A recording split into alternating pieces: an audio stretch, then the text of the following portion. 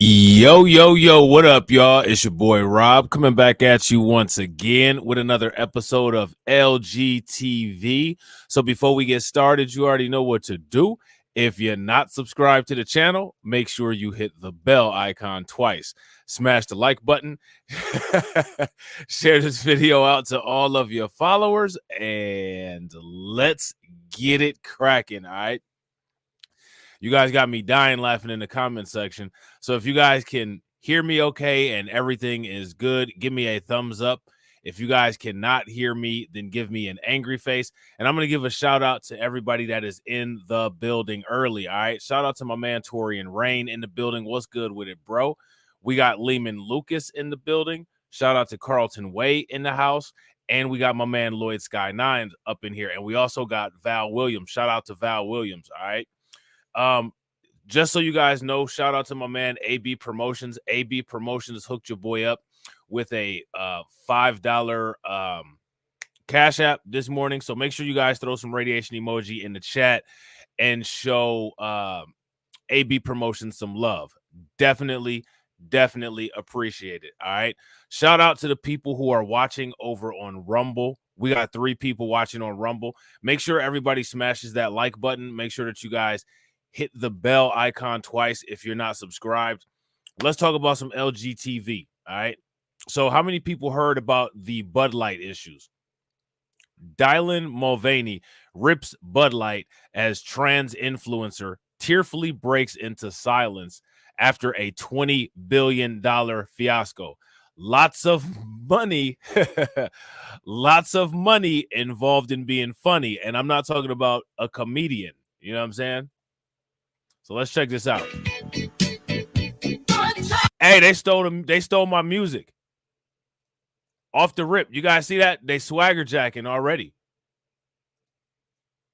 I don't like that. I feel like old boy on belly who was in Nebraska eating that banana. I don't like that. I don't like that at all. You guys know you guys notice how they swagger jack my music already? I ain't feeling that, man. I ain't feeling that at all.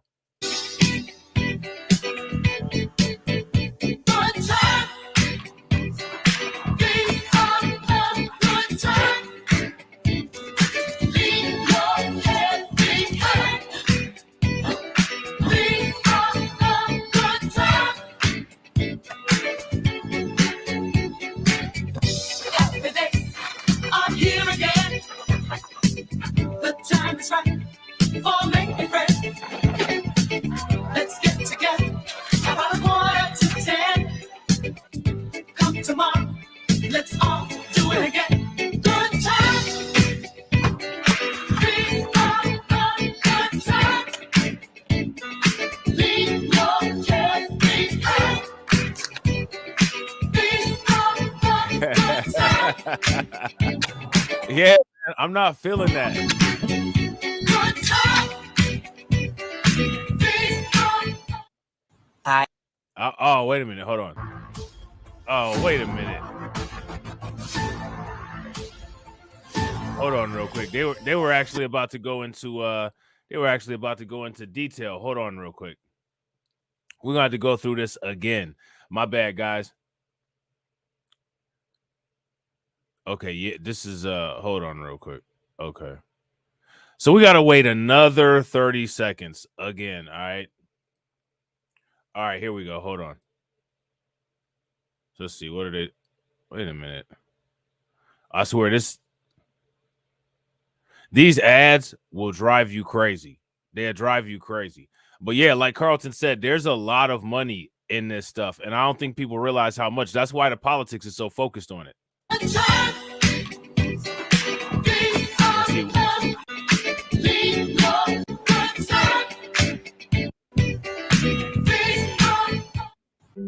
On every vacation out of our Okay, did you guys see how it skipped right to Dylan Mulvaney and then it quit? home, there's someone like you. Skip ad. I'm bringing it up because what transpired from that video was more bullying and transphobia than I could have ever imagined.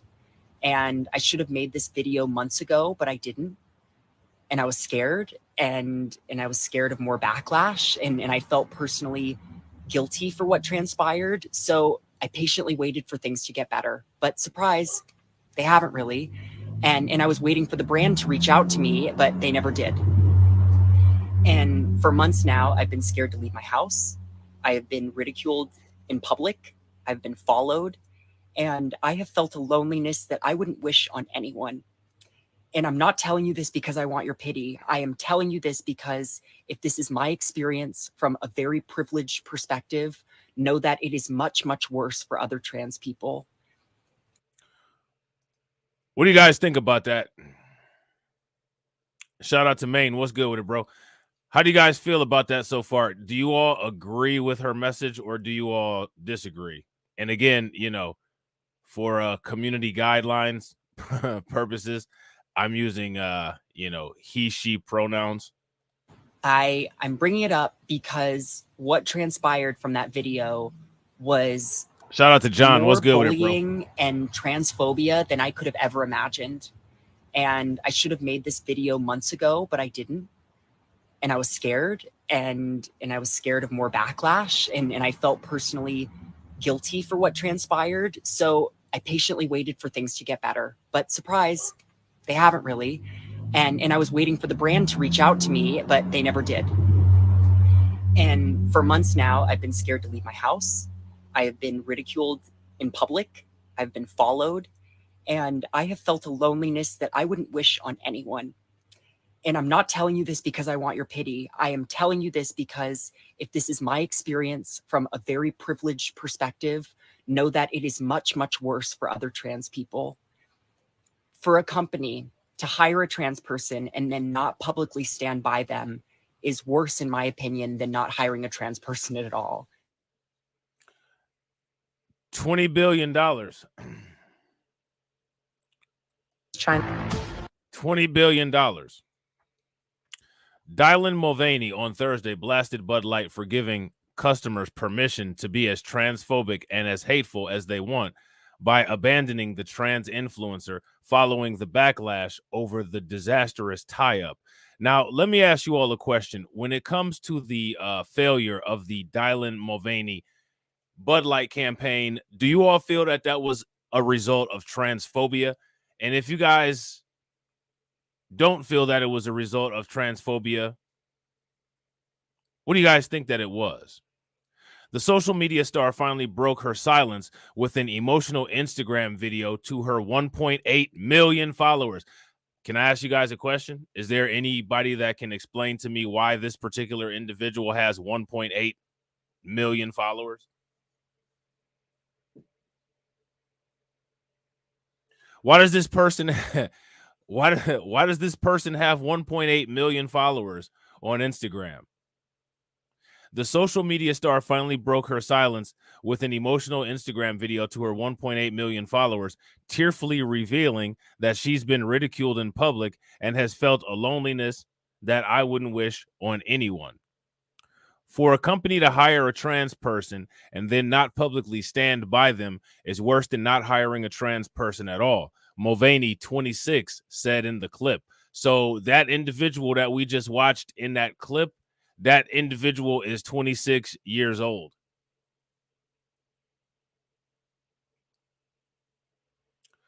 Because they're a controversial figure. The comments come a day after Anheuser-Busch CEO Brendan Whitworth refused to say whether the company would ever work with Mulvaney again. Now, based on what you all know about this situation, will they ever work with Mulvaney again? If you all think that they will, give me a thumbs up. If you guys think that they won't, then give me a thumbs down. The Belgian beer giant has suffered a $20 billion hit amid to calls to boycott the nation's top-selling brand. So as a result of trying this out, they lost $20 billion. $20 billion. Okay?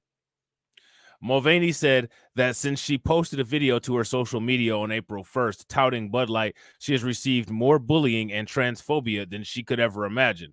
I've been scared to leave my house, she said. Mulvaney added, supporting trans people shouldn't be political. There should be nothing divisive or controversial about working with us. Let me ask you all a question. Do you all think that the issue was about them working with her?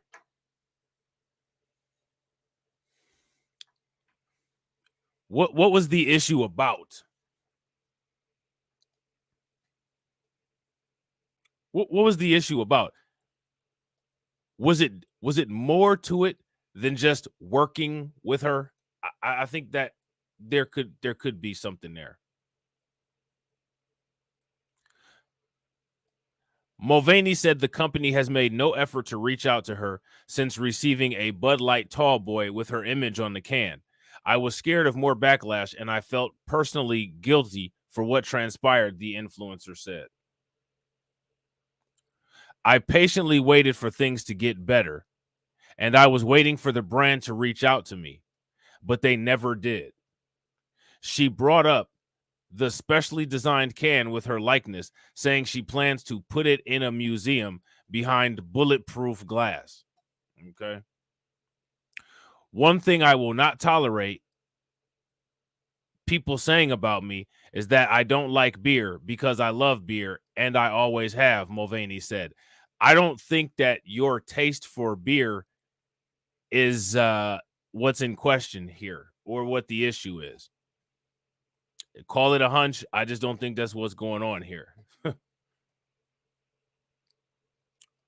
Anheuser-Busch has previously tried to distance itself from the Mulvaney post, which ignited a firestorm that has dragged down its sister brands, including Budweiser and Michelob Ultra. Bud Light's sales suffered their steepest drop yet since the controversy broke, with sales for the week ended June 20th down 28.5% from a year ago. Early in the controversy, the company did not disavow its partnership with Mulvaney, explaining that it was one of many such promotional partnerships meant to authentically connect with audiences across various demographics and passion points. Anheuser-Busch's 65,000 employees and distributors are on the front lines of the backlash, including being mocked and threatened with car horns and declining income as sales of the brewery brands keep falling. Okay, so now how many people were aware of this situation? And let me ask you all a question. Do you think that the situation is correct? If you all think that the situation is correct, then give me a thumbs up. If you all do not think that the situation is correct, then let me know what's going on with it. Okay. So now I don't know if you guys saw, but if I'm not mistaken, this was about a month ago on Pierce Morgan's show. There was an individual on there who said that they can identify as a black lesbian. Okay. They can identify as a black lesbian. Now, it might have been Pierce Morgan that said this, but it was one of these LGBTQ identity debates. And I want you guys to pay very close attention to what goes on here. Well, joining me now is the author and commentator Angelica Mallett, Talk TV's Esther Krakau, and Fox News contributor Tommy Lehrer. So, Tommy Lehrer, let me start with you. Two people in Britain today who've been at the forefront. Now, I want you guys to pay attention to this optic. And do you guys remember the last L.G.TV video that we did? Do you all remember Riley Gaines? I want you guys to understand something. What do you notice about the optics here when it comes to these kind of conversations? Do you all notice a pattern here? Forefront of not saying what a woman is. One is Nicola Sturgeon, the ex-First Minister of Scotland, who lost her job because of this ridiculous farce of a rapist self-identifying. She tweeted today, proud on International Women's Day to visit my old University of Glasgow, and banged on about women's rights. This is the woman who just literally lost her job for allowing a male rapist into a female prison. And Sir Keir Starmer, who's leader of the opposition Labour Party here, was talking about protections for women in Parliament today, and yet he refuses to say what a woman is.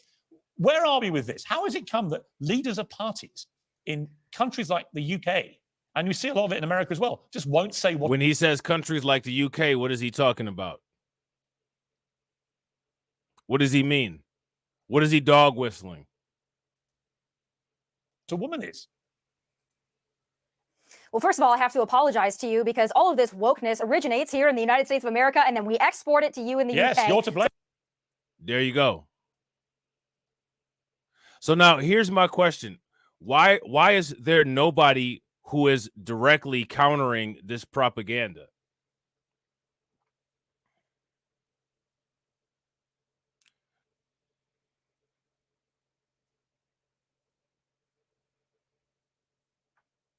Here's my question, guys. How long is it that people are going to think the method of letting cancer heal itself is going to work? How long do people how long is it going to take to get people to understand that that's not an effective way to deal with problems? You think people will ever learn?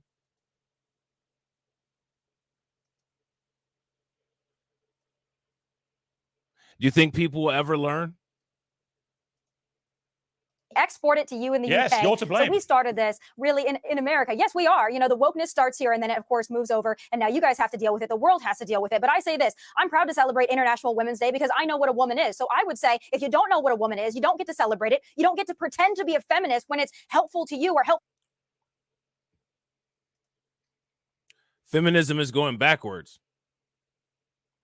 It's always a blonde, blue-eyed white woman who knows what a woman is. I don't know how you guys didn't notice that.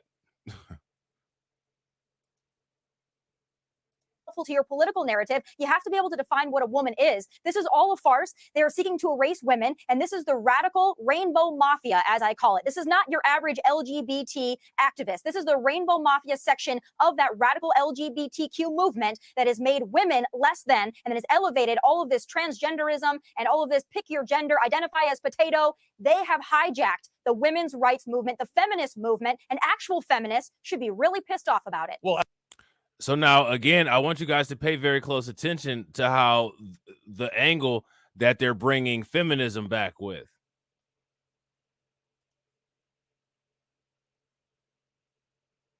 Do you guys notice the angle that they're bringing feminism back with? Remember, we touched on this in the last video. as a feminist, I am. I recently interviewed Angelica, the Prime Minister, Rishi Sunak, and I asked him this question, which seems to stump many other leaders. Here's the clip. What is a woman? We know that Nicola Sturgeon can't answer that. We know Keir Starmer can't answer that. You're the British Prime Minister. What is a woman? Yeah, of course I know a woman, an adult human female. It's not difficult, is it, Angelica? I mean, that is what a woman is. I mean, I don't know why you're obsessed with defining it. Like, what is a man? Like, why do we need these A arbitrary? man is a male adult. So this woman right here doesn't understand why there needs to be definitions on these particular gender identities. Now, there's not very many YouTube channels that talk about this kind of stuff specifically geared towards us to be able to talk about it. But now my thing is that we have one and it's out there. And if people continue to vote Democrat or act like they don't understand what's going on in front of them, here's my question for everybody. What's supposed to happen? You know what I mean? A man? Like, why do we need these A arbitrary? man is a male adult human. I mean, that's it. Right. Okay. I don't know that we need These are just these biological facts, but they're just facts. They're not arguable definitions. points, are they? But I think we have a right to self-identify. And you said As you what? want to. As what? If Well, hang you'd on. like to be a woman, you can identify as a woman. I don't know why there is such an issue around. We've literally Let me ask you guys a question. Do you all feel that being able to self-identify as whatever you want to identify as at the moment, do you all feel that that's a normal and healthy practice? Is that something that's going to push society forward, or is that something that could have harmful effects on society? What do you guys think? And shout out to Carla for answering the Nightbot. And real quick, ladies and gentlemen, if you guys haven't smashed the like button, please take a moment. Make sure you guys smash the like button. Shout out to the 3 people watching on Rumble. If you guys haven't hit the follow button or smash the like button, make sure that you guys do. And please share the stream to your social media. just seen a male rapist use that scam to get himself put into a female prison where he could attack vulnerable women inside a female prison. when even his ex-wife said it was all a scam. Which is a terrible, very distressing, isolated incident. And I think it's easy to take. So now here's my question, and shout out to Maine. Maine says it's silly, right? And Carlton says it's harmful, right? Now I agree with it. I agree with you guys on those sentiments, right? Now here's my question: why isn't anybody even at the least countering any of the stuff on our end? If people get upset that we get lumped in with this nonsense and literally nobody does anything about it, I don't understand why anybody's getting upset that the opportunity to weaponize this stuff and lump us in with it is being taken advantage of. If you ask me, at this particular point in human history, literally no one has any right to be upset about anything. Everything that has happened or is happening is a result of somebody's action or inaction. So people see this stuff and they talk about this stuff, and the option is there to be able to talk about it, put it on the forefront. You guys saw how the backlash against this went when it came to Anheuser-Busch. They lost $20 billion. We all know who the beer drinkers are. My question is, why is there a failure to act when it comes to dealing with us? If you ask me, I think it's more imperative for us to separate ourselves from this kind of ideology than it is for everybody else, because Latinos, whites, and Asians are trying to pile this stuff onto us.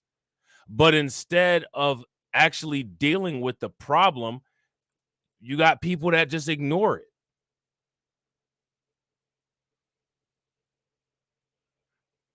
My question is, when has ignoring things ever been an effective strategy in accomplishing anything? That's my question. That and say that means that no one can identify as a woman, and But that's it's not an not isolated fair. incident, though. But it's 42% of trans-identifying prisoners in prison are in there for sex crimes. There's actually an advantage, evidently, to identifying as a female, because they never identify as male, because somehow male prisons seem less appealing to them. It's really weird. Anyway, but Is it limitless, this self-identity?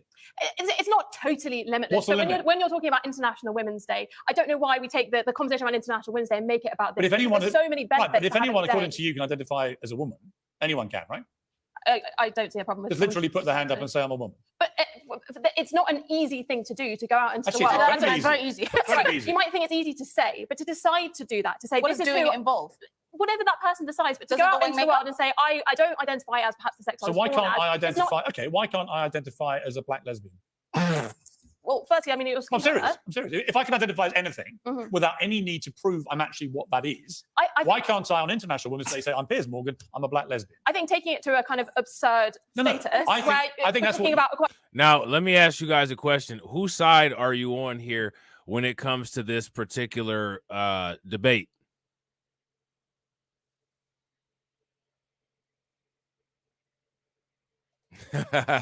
Carlton says maybe some of us want the Democrats to tell us that this is harmful to our community before there is action taken. Let me ask you guys a question. What's the chances of that? What's the chances of what Carlton is saying right there ever happening? With respect, I think that you'd already opened the absurdity door by saying it is limitless. You can do what you like. Anyone can say, I'm a woman. So I simply ask you, why can't I? I mean, this point kind of ridicules trans people to an extent. Actually, I think what you said ridicules trans people, because actually people who go through the full process of transition, who actually go through what we used to call a sex change, which I don't think you can muck around with. Right. Like I agree with Maine and with Val. There's very little chance that that'll actually happen. So if that's the case, if there's very little chance that that'll actually happen, how does anybody expect for these things to get dealt with? There's only one way that they're going to get dealt with, or they're just not going to get dealt with. Original biology, but those who actually go through surgical procedure over a number of years, I've got great respect for that very difficult journey they go on. I have zero respect for people who just wallop their hand up and go, suddenly, I'm a woman and I want all the rights that a woman has, and I want to compete, say, in sport. I'm a 6'4" athlete, sprinter, swimmer, whatever, who's competed very mediocrely in male sport, I now want to come in and crush women in swimming pools and in sprinting events and break all their records, perhaps irrevocably, just by saying, I'm a woman. I think that is the absurdity you were talking about. My response was to say, well, if it's limitless, why can't I then say whatever I want to say? And you say immediately, as I knew you would, well, that's ridiculous. But my point is, you were being ridiculous. Well, that's your opinion. You can think I'm ridiculous, but I don't think you can say, well, it has to I don't know why be I am, but you're not. I don't think you have to say it's post-op is the only way that someone's allowed to identify. Well, the original standard not for for us hold on, to the original decide. standard for being transgender was being diagnosed with gender dysphoria, which is a legitimate condition. And now it's being, oh, however way you feel. So if you feel on Tuesday you're a woman and on Thursday you're a pizza, that's perfectly valid. But to you, that's ridiculous. And I want to know why that is ridiculous. We should be talking about actual women on International Women's Day. That's not crazy. I mean, I agree. But your idea of an actual woman, The chromosomes. It's pretty Is an adult. I want you guys to understand that in 2023, this is an actual conversation. Like, this isn't people acting. These people are actually debating this. Female. It's not The difficult. chromosomes are a pretty good indication. I don't think you have to be biologically female to identify. Then as you a are woman. wrong, because then I can identify as a fox. Yeah. But again, it's You a kind can. of absurd point. How many? Like, Well, let me ask you this. Let me ask you this, Angelica. How many gender? Now, let me ask you guys a question. Now, this black lady here says that's absurd because I can identify as a fox, right? Now, the woman who said that that's absurd knows that it's not absurd because we've actually seen cases where things like that are happening. How many people remember the videos that I did where these individuals were saying that they identified as these things called Furbies? If you guys remember that, give me a thumbs up. If you guys don't remember that, give me a thumbs down. So now, in this case where it would, support an argument saying that these kind of identification extremes is absurd is what this woman is saying. But in other situations, she would advocate for those gender extremes.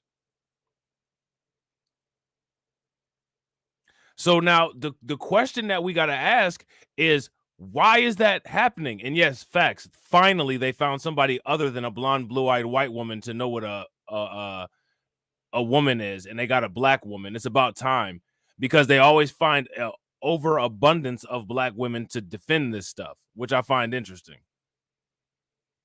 Two. There are two genders. Oh. Wow. So you don't believe in transgenders at all? Well, I think there are. Well, hang on. Whoa. There are two genders. Well, it's taught. Well, why do you say well? You've literally just launched this huge defense of transgenderism. Now you've eradicated it. I think If there are two genders, you mean male and female, right? there's gender fluidity. I will Fluid between what? Between what? between different identities, and we can choose different You see how identities. difficult this is, though? But it is difficult. But I think making. But it's not difficult until you make it difficult. You see, the BBC has done teaching videos to 11 and 12-year-olds where they say there are 100 genders. One of them was astrogender, which is an affinity with the stars and the galaxy. My response to that on the last show I did was to say, well, in that case, I identify as a two-spirit penguin. I was then told I was being ridiculous. How is somebody an astrogender? What is that?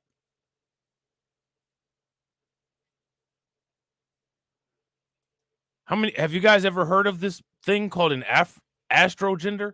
If you guys heard of that, give me a thumbs up. If you guys haven't, give me a thumbs down. This is wild.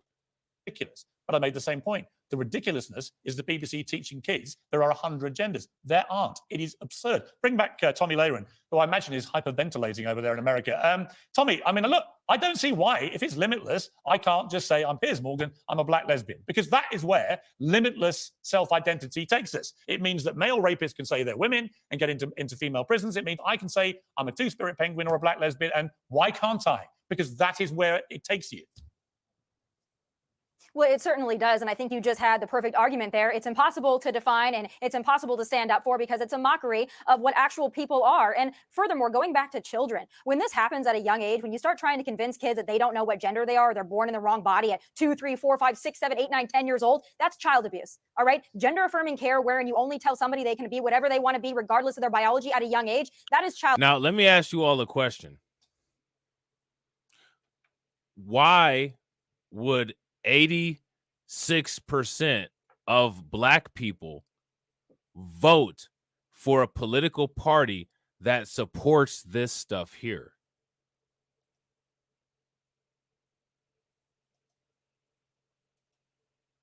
Why would that occur?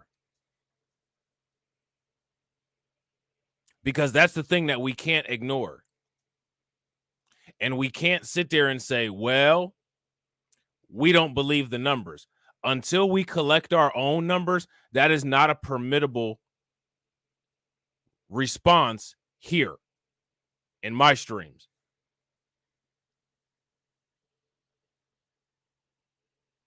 So my question is, if this party supports this and a majority of people do not support it, why are so many people voting for people like Biden? Carlton Way says, because we do as we're told. Torian said, is that Saltine Queen? Yeah, that's the Saltine Queen. Now, here's my question. Why is anybody doing as they're told?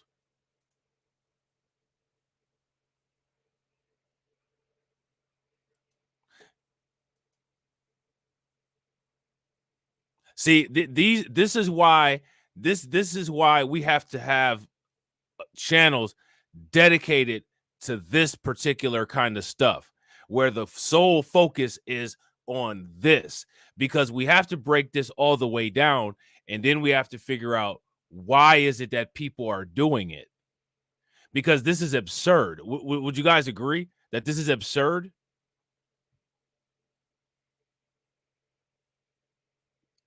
Torian said maybe it's Maybelline.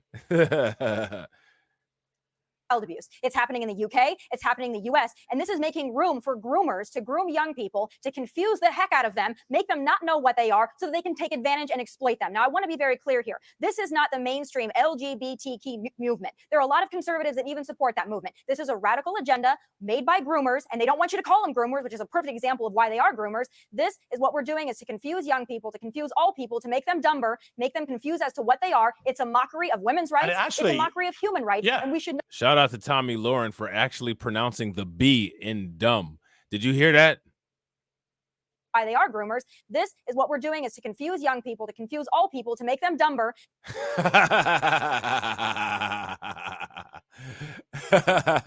I've never heard the word dumb with the B pronounced. I guess there's a first time for everything. That even support that movement. This is a radical agenda made by groomers, and they don't want you to call them groomers, which is a perfect example of why they are groomers. This is what we're doing, is to confuse young people, to confuse all people, to make them dumber, make them. Now, let me ask you guys a question. I want you guys to answer this question. What's the difference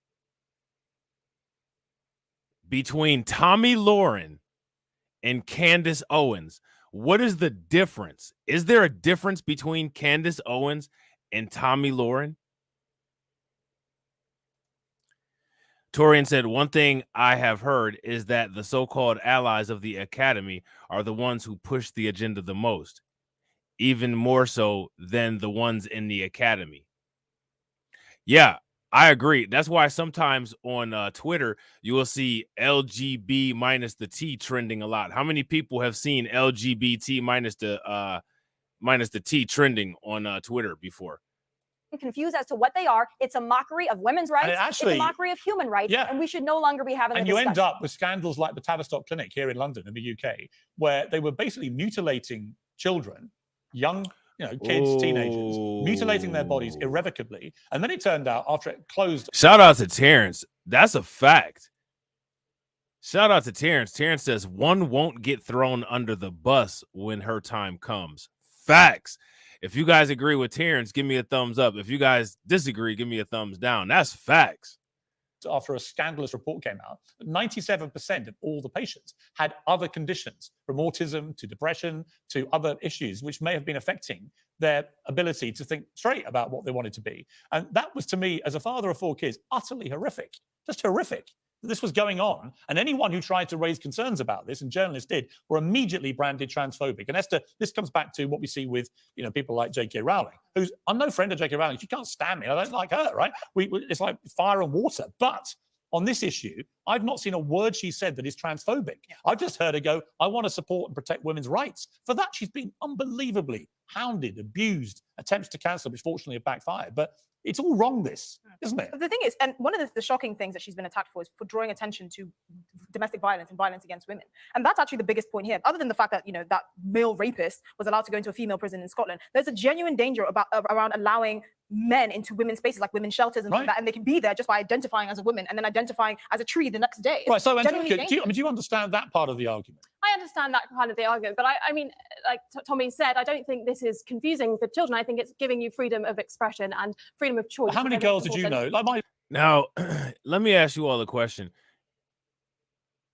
Is this freedom of expression, freedom of choice? The reality of things are that in many cases, we're bound by the confines of nature and what nature provides to us as our capabilities. Would you guys agree with that? If you guys agree, give me a thumbs up. If you guys disagree, give me a thumbs down. In many cases, we're bound by what nature designates as the limits of our capabilities. So we have freedom to identify and freedom to express, but we have freedom to identify and freedom to express within the confines of what nature allows us. And that's just what it is. You can't identify as a spider because you're not a spider. You can't spin a web. You don't have 8 legs. You don't have poison glands. You don't have fangs, and you're not an arachnid. And that's just the end of the discussion. Sometimes you just have to have reality orientation, and you just have to be told no. That's just the reality of things. But for some reason, it seems that in today's society, many people feel that it is more beneficial and more progressive to live in a world where we alter reality around what people feel to be true rather than what's rooted in reality. An actual post-truth society. You know what I'm saying? This is evidence of it right here. my wife was a bit of a tomboy when she was young, right? How many kids do you know, young girls in particular, who are tomboys? But if the wrong person gets hold of them and persuades them, actually, what you should start doing is mutilating your body and have a full attempt to become a boy. That's not what most tomboys end up wanting. They end up actually going through puberty, getting older. And then shout that's out to it. John They and become Carla for women, answering right? Streamlabs. But if you get hold of these impressionable young minds too early, when they're just clowning around being tomboys, that's the danger to me. I don't think the messaging is as extreme as you think it is, and I think we was pretty extreme. I think we whip ourselves into a frenzy thinking these things, and this language that you mentioned at the start of the show, I don't think you hear that language used that often in like everyday speech. Which language? And I think what you were saying. Oh no, these are on NHS websites. Oh, no, this is where you're wrong. This is actually NHS websites in many cases. They genuinely call women chest feeders, birthing partners. They dare not say anything gender specific to women in case some trans people don't like it. To which I say, where are the rights of women to be called what they want to be called? Why does all language have to be degendered for a tiny minority of people? I think the problem is with What do you guys think about that? That's a good question.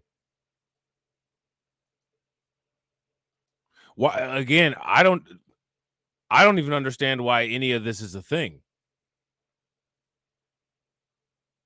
This is a thing because somebody made it a thing. So now let me ask you guys a question. Who are the people that made this a thing? there's so much fear around having these kind of conversations and saying the wrong thing, getting it wrong. That means that people can't have conversations that feel kind of progressive about what is gender identity, what does the future look like, how do we create a compassionate space? So I think to your question at the start, like what is women and why politicians wouldn't answer it, they're so scared of getting it wrong. And well, I think people are scared because the mob come for them. Exactly. And the mob needs to just go away and shut up. Anyway, I think scrap International Women's Day until we can all agree what a woman is. No, I'm sorry. I think there's so many benefits to having International Women's Day. It'd be a real shame to do that. Well, if you had your way, everyone would celebrate it by identifying as a woman, even if they weren't. Well, being a woman. Happy International Women's Day. I am a woman. It's a farce. Anyway, Angelica, lovely to see you. Thank you very much. Esther, going to see you a bit later on. Tommy, always good to have you over at the pond. International Women's Day. There you are. A fine example of a genuine woman.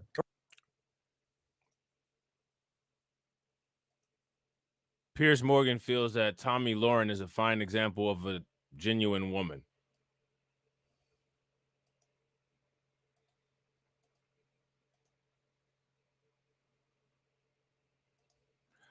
My question is, why is this a thing?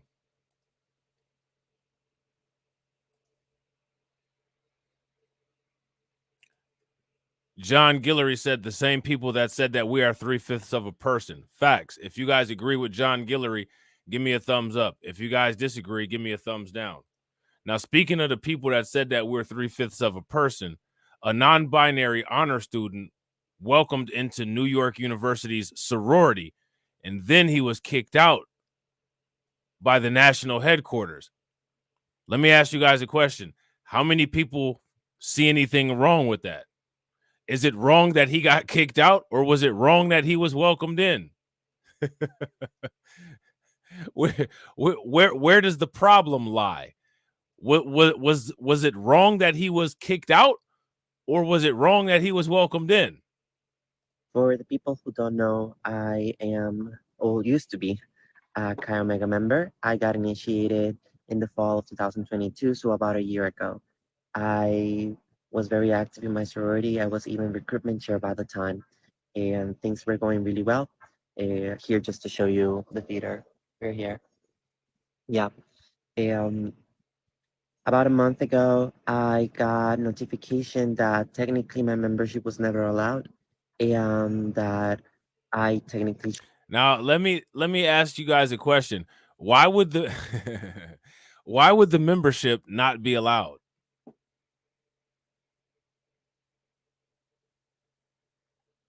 Because now we're living in this time where we don't know anything and nothing makes sense. So we have to break everything down because we have no idea why anything is anything. So why would there be issues with the membership to begin with?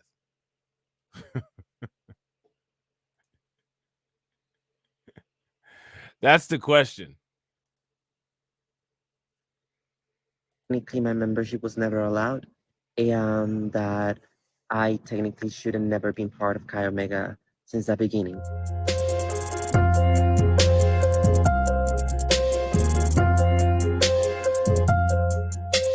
So this individual's name is Fabian Guzman, and he was kicked out of a sorority called Chi Omega.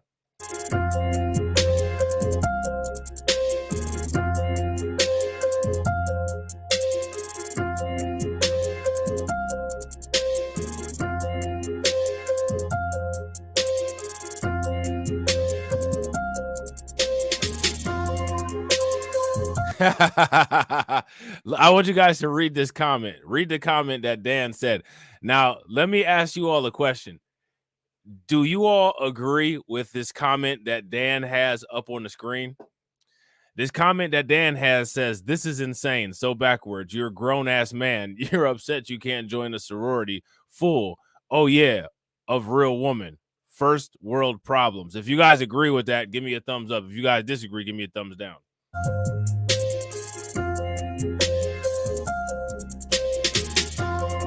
So this person here, unknown name 738, says no one wants their daughter/girlfriend around other men in a sorority. USA is very strange.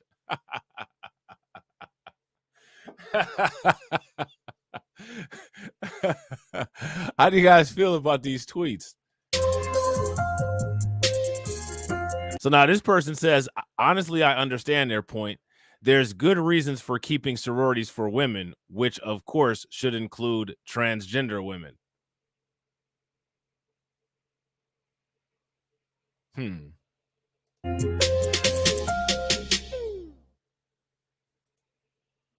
Of course, right? because of course, you know. So now here it says a non-binary honor student who was accepted into a sorority at their private upstate New York college was later kicked out by its national headquarters, reportedly over their identity and what the student alleged was an act of discrimination. So apparently, according to this student here, what happened as a result of him or her or whatever we're talking about here being kicked out of this sorority, this was an act of discrimination. This is discrimination.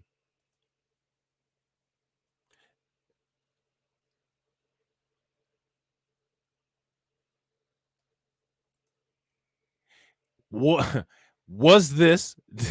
Was this discrimination? Is the question.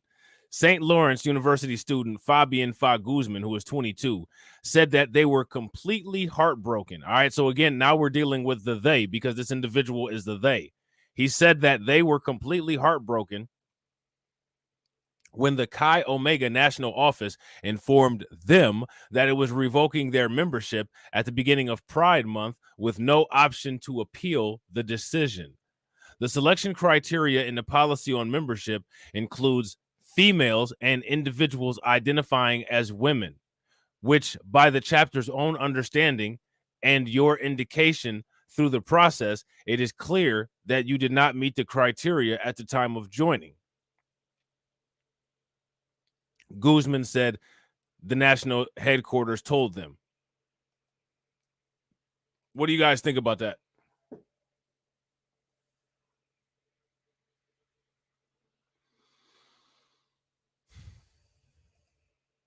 They launched a change.org petition Monday demanding that the Chi Omega reinstate their membership, as their chapter sisters are all in support of them being a member. So again, like I said, when it comes to these kind of situations, it's always the women standing in front of their own success.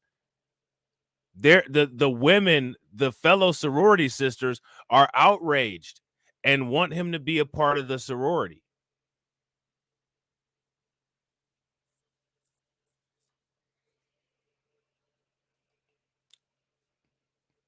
I'm not making this up. Guzman said that they had been approved by their university and the national organizations of multiple sorority chapters on campus, including the Chi Omega headquarters, to rush as a non-binary person, so the reversal came as a shock. They decided to pledge with Chi Omega, as many of its sisters had been supportive and inclusive of them when they were going through a difficult time at school, they told 19th News. Okay. After officially pledging in the fall of 2022, the first generation college student thrived in the sorority and was quickly chosen to be the chapter's recruitment chair for the upcoming fall semester. Now, let me ask you all a question. Who is this who is he going to recruit?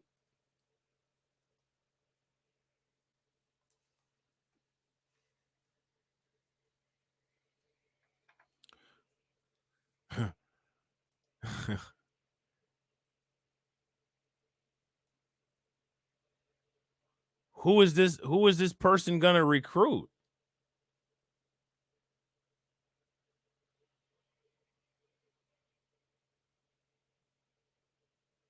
Oh, this is a I'm going to have to check this out here.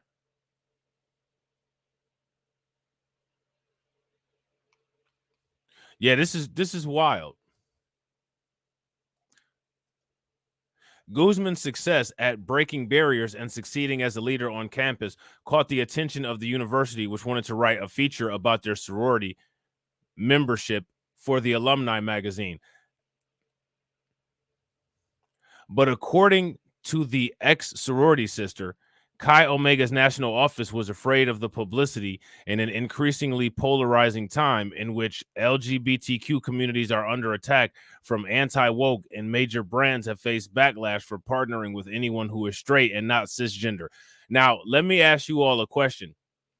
Is that actually what's happening right now?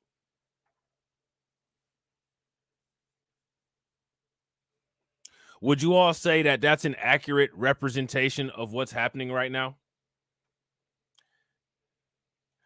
Val Williams says, do you think the alphas, kappas, or Qs would let a trans man in their establishment?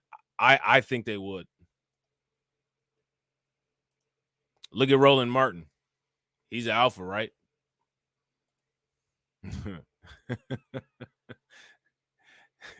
Roland Martin is an alpha, right?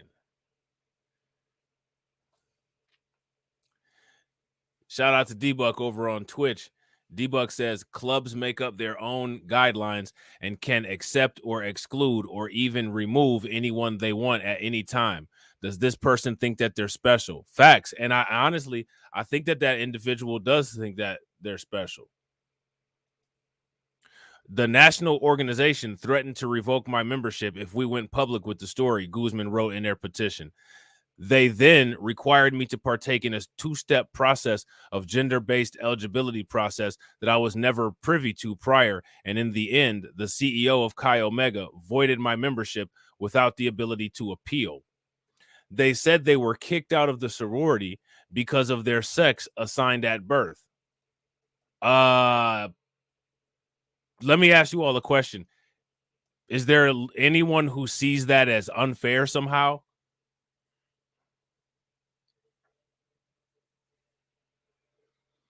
If you all see that as unfair, give me a thumbs up. If you guys don't see it as unfair, then give me a thumbs down.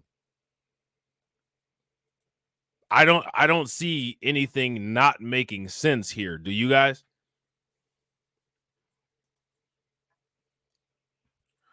So now here it says Chi Omega's reactionary void of my membership was blatant transphobia and bigotry, Guzman alleged. I disagree. I don't think that it was. I think that it was blatant following the rules. I think that it was blatant a sorority being what a sorority actually is.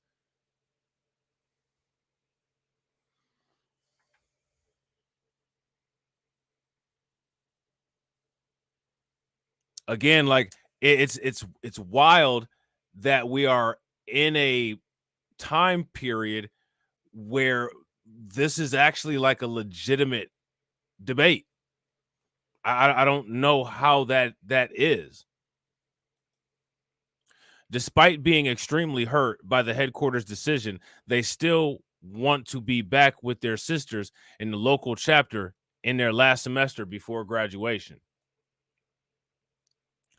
It's just really hard because I've given my heart and soul to the sorority because I love it. They said in an Instagram video, I love my sisters. I love my sisterhood. I love the chapter history. I love everything about it. I mean, I don't know. I mean, I do know what to say, but if you say what needs to be said, there's going to be issues. Like, like for real?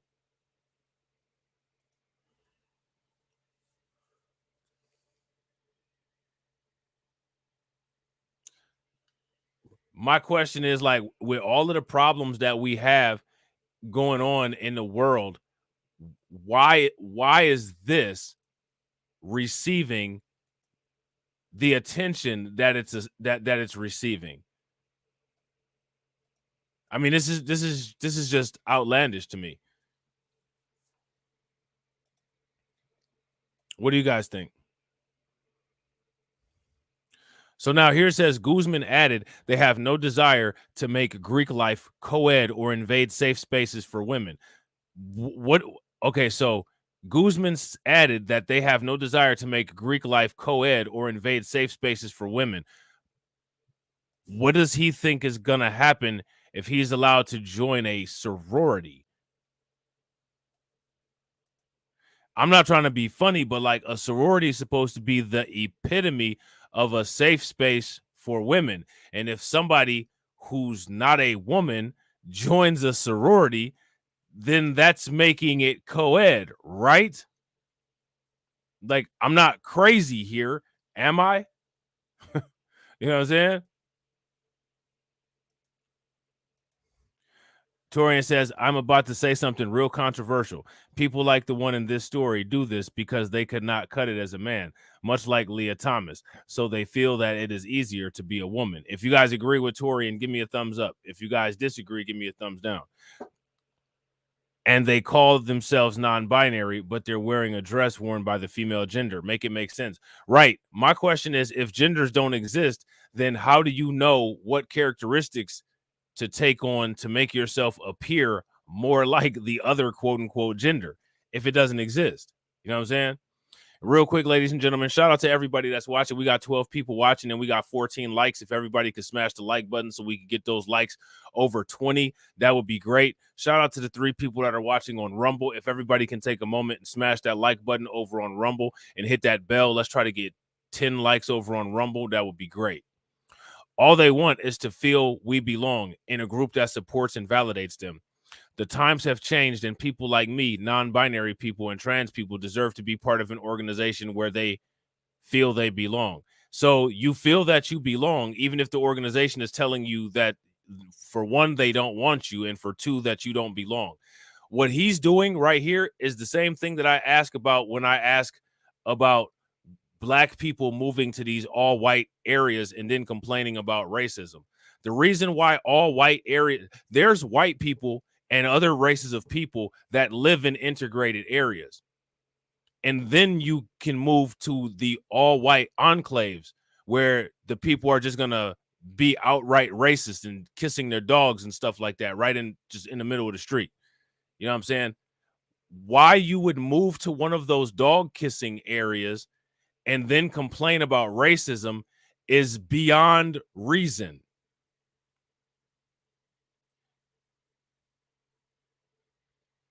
You're sitting there saying that you belong.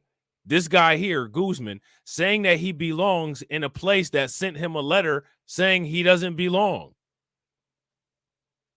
Shout out to my man Jay Bird. What's good with it, bro? How does that work? Does that make any sense whatsoever? Any sense at all?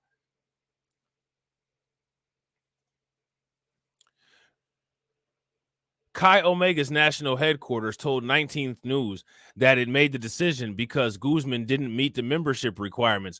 Now, let me ask you all a question. In your opinion, does Guzman meet the membership requirements? If in you guys' opinion, Guzman meets the membership requirements, give me a thumbs up. If in your opinion he doesn't meet the membership requirements, then give me a thumbs down. Let me know why or why not. In accordance with our governing documents, Chi Omega's executive headquarters recently made the decision to void the membership of an Epsilon Kappa charter member at St. Lawrence University, it said in a statement. By their own admission, this individual did not meet the criteria at the time of joining. Guzman's chapter sisters at St. Lawrence University are working to bring a new proposal that would allow non-binary people to join the sorority to the Chi Omega convention next year, according to Newsweek. All right. So again, what you see here is women advocating for this. So when people, when we talk about this kind of stuff and we're like, well, yo, it's women who are advocating for this, and then the women say we're not advocating for this. This is a example of a woman's organization where they got orders from the higher ups not to do this, and the other women are still advocating for it.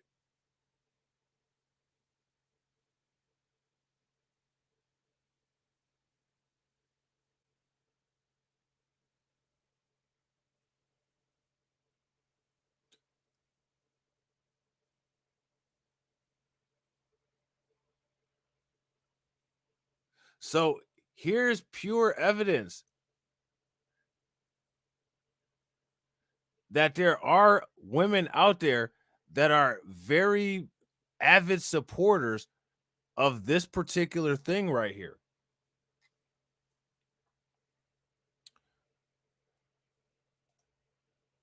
So we can't just say that it's not women, because it is.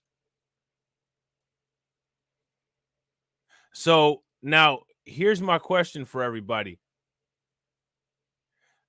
How many people have heard that term, go woke, go broke? If you guys heard that, give me a thumbs up. If you guys haven't heard that, then give me a thumbs down. Now, we saw an example of what happened when Bud Light decided to do the LGBTQ collab. That didn't go well, right? So now here's an article from MoneyWise, and it says, go woke, go broke. Billionaire Chamath Palihapitiya suggests that Northeast cities like New York City and Boston are bleeding income because of political ideology, all while the South keeps booming. Now, let me ask you guys a question. Have you all ever heard of this individual, Chamath Palhapitiya?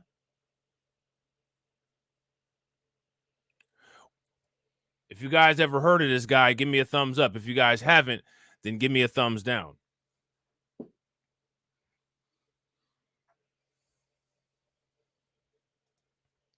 With a single tweet, Chamath Palhapitiya, the CEO of Social Capital, has become Twitter's provocative main character of the day.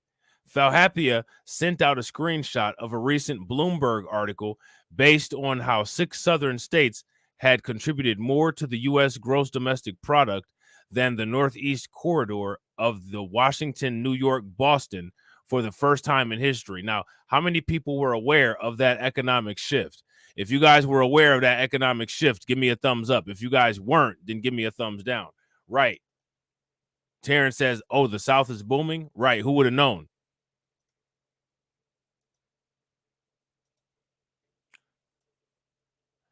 So now here it says, but it was his accompanying caption that sparked debate. Go woke, go broke, he said, implying that the ongoing quote unquote culture war and economic policies of Northeastern states had facilitated the migration of wealth and economic power to the South. Now, let me ask you all a question. Is this history repeating itself?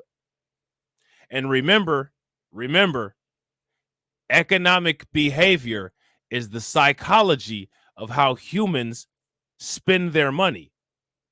So, what is this saying about human psychology?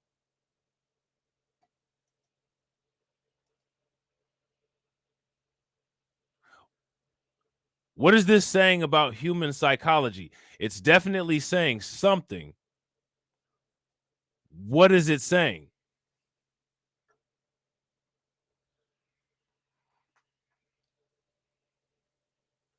It's making a statement. I need to know what that statement is. While tweets continue to weigh in, including how fellow billionaire Mark Cuban hears what the numbers show, what's really going on. So now, according to this, there is wealth migration taking place. Now, how many people knew that this quote unquote culture war, L.G.TV, is causing wealth to migrate in a particular pattern across the United States? How many people knew that this was having this vast of economic consequences? This is just a silly channel with some silly music, right? Or is it? Bloomberg's analysis of data from the IRS highlights the southern wealth migration. Florida, look at this. Florida, Texas, Georgia, and the Carolinas and Tennessee collectively added $100 billion in new net income from 2020 to 2021. Now, that shows how quickly money can move from place to place.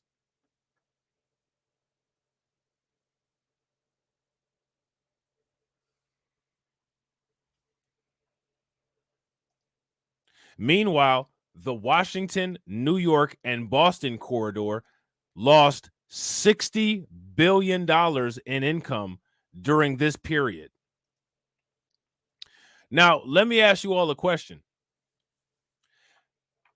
How come these money migration patterns haven't been talked about very much in the news? Nobody's having this conversation at all.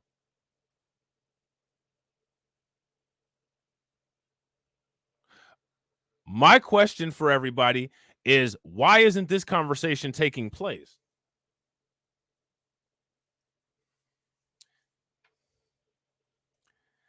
Terrence said, those are business-friendly states, and it has nothing to do with woke. Torian says, these conversations aren't meant for the news, to keep it low-key. Maine says, the North is at war with black people. Facts. I agree with all of those. That marks the first time the tax agency has seen this type of reversal since it started collecting data in the 1990s. Bloomberg attributes the shift to a flood of transplants. Out of the 15 fastest growing cities, 10 of them are in the Southeast corridor, according to Census Bureau data. Some of that growth is likely attributable to a number of corporations moving their headquarters from the Northeast to the South, bringing with them a tremendous number of jobs. Now, let me ask you all a question. What businesses are you all aware of off the bat that are moving from the North to the South? What businesses are there? Can you all name any off the top of your head? And it doesn't hurt that residents will experience warmer weather, lower taxes, looser regulations, and cheaper housing in the South, as Bloomberg points out. But what about the woke issue? Palhaptia argued there's a cultural layer to the debate. He claims woke policies were also a driving factor in the migration, and I kind of agree.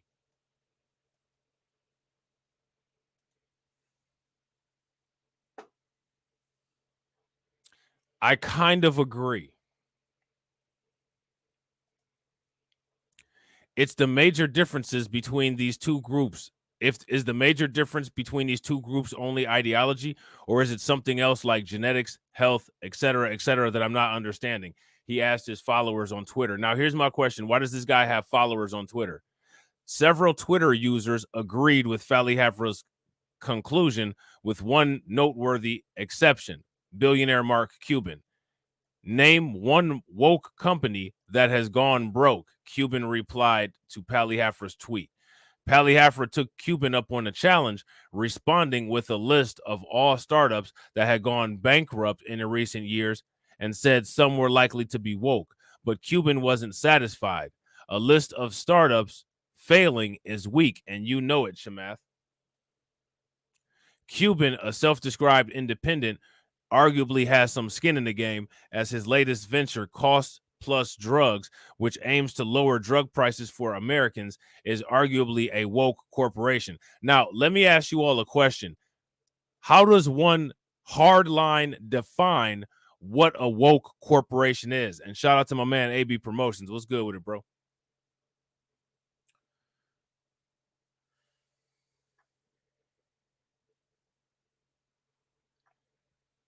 Now, here's my Torian says all this infighting, gotta love it. Now, here's my thing. I agree, right? But now, how are we weaponizing it? We should be weaponizing the infighting for our benefit.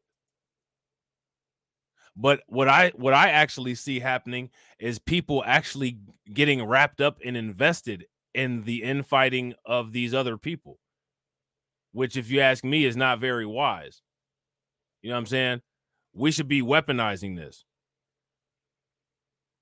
I was talking to somebody last night and I said, if I had billions of dollars, I would spend it on tearing down all of the trailer parks in the United States.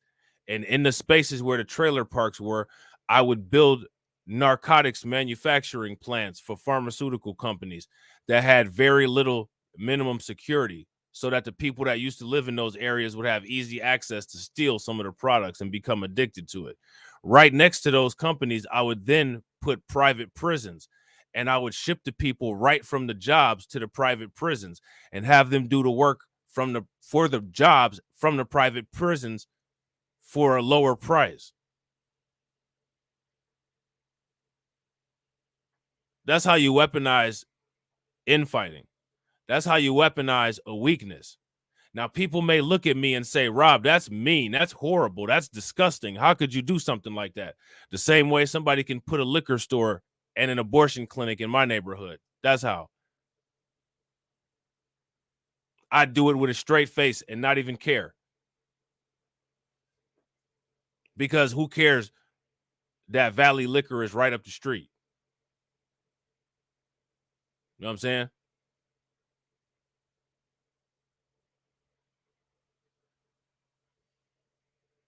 Let me ask you guys a question. Isn't that how things are now?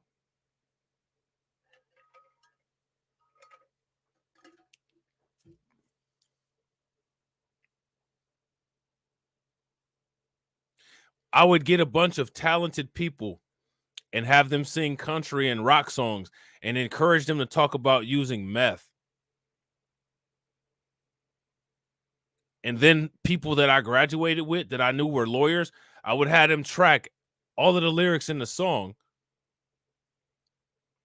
and then get them thrown in jail on a RICO statute and get all my money back that I spent into producing the album. Wouldn't think twice about it.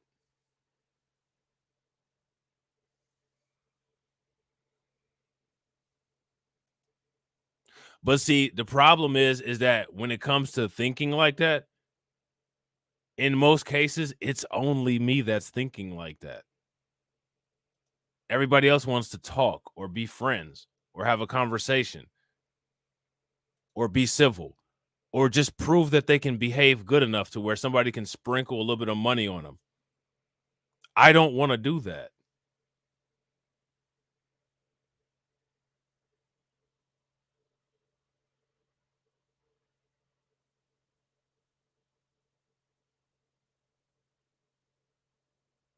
I don't want to do that.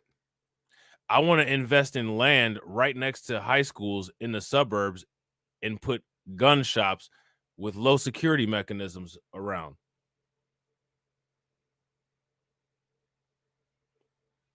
And it'll be just as simple as anything.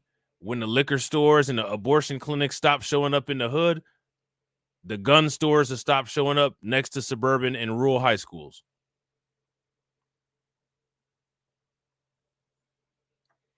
Torian says, why do you think you're the only one who thinks that? Because I think that I make it an active effort to practice really not having a conscience.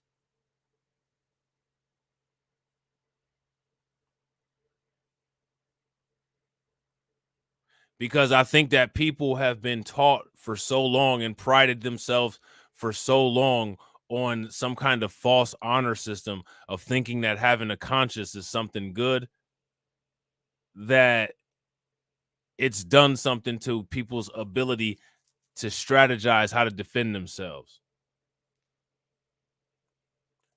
Torian said, do you have a blueprint in the bunker? No, I got everything in my head. If somebody ever raided my house and I had all my ideas written down, bro, I'd be in Arkham Asylum. Intellectual property is in my intellectual vault. The only place where it's truly safe.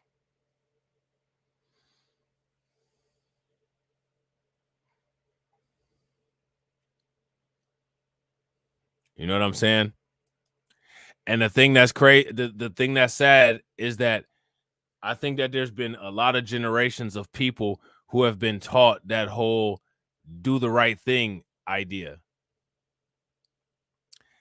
And the do the right thing idea isn't doing the right thing. That's doing the right thing to entertain other people.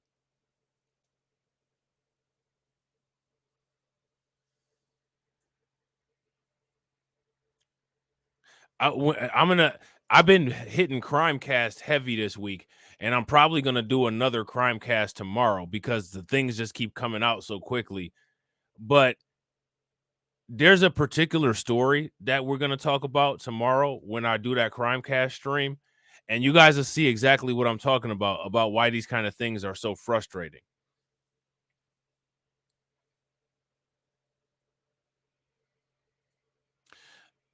There's people out there who get harmed by the outside society that are more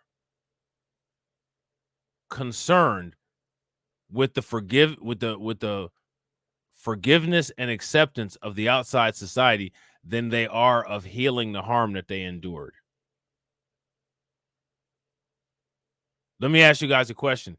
Is that self-love? Is that loving yourself?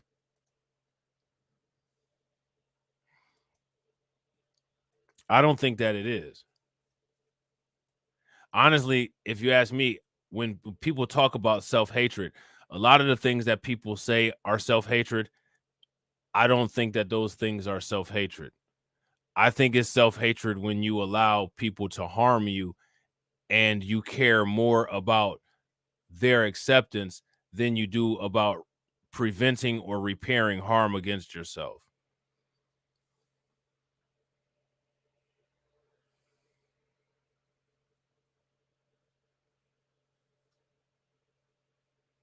And we're going to talk about some examples of that.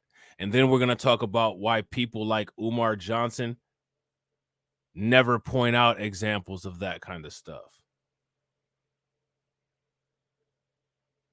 Because Umar Johnson is he's such a typical case study of like the new old school person. He's a perfect case study of an outdated machine.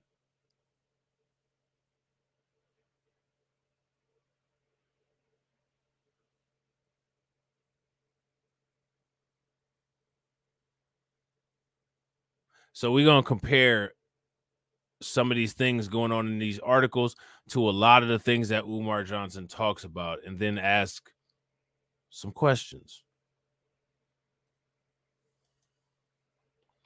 So now here it says launched in 2022, the company delivers over 100 generic medicines all across the United States with a simple pricing structure, cost plus 15% markup, a $3 pharmacy fee, and a $5 shipping fee. Where does that leave the debate? As data further comes in, the debate over America's ongoing migration rates is sure to rage on. The census data cited was based on 2020 and 2021 statistics when remote and pandemic lockdowns were at a peak. That saw a number of office workers fleeing expensive cities to find more space and affordable living elsewhere. As that trend has begun to recede in the Northeast, it's possible more recent data could tell a different story. For instance, New York population grew last year while it added enough jobs to push the unemployment rate below 4%. Either way, when that data comes out, it's safe to say Philadelphia and Cuban will both be eager to see if it backs up their assertions or not. Okay. So it's interesting. This guy right here, Chamath Palihapitiya, he understands that woke hot button. He understands it. And so he tweeted and got some traction on a tweet very easily, just like that. And real quick, ladies and gentlemen, if you guys haven't smashed the like button, please make sure you guys take a moment. We got 17 people watching. Make sure you guys smash that like button on YouTube. Shout out to the people who are watching over on Rumble. We got 6 people watching on Rumble. Make sure you guys smash the like button. Also, please make sure you guys share the stream to your social media. And if you're not subscribed to the channel, make sure that you hit that bell. So now there's a new law that's supposed to go into effect in Florida.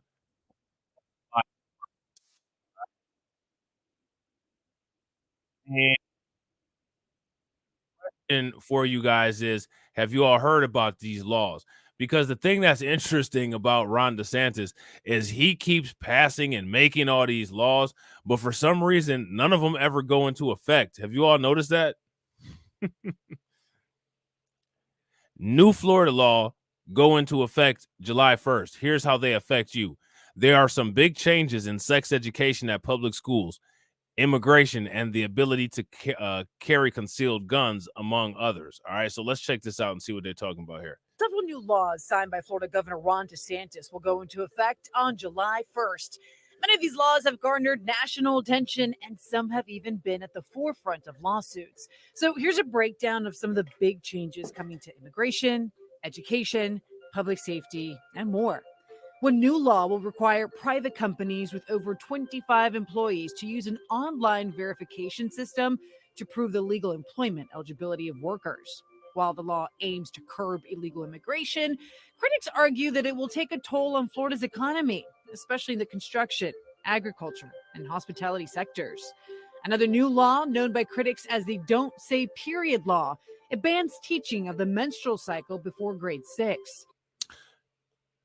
How many people knew about the Don't Say Period law?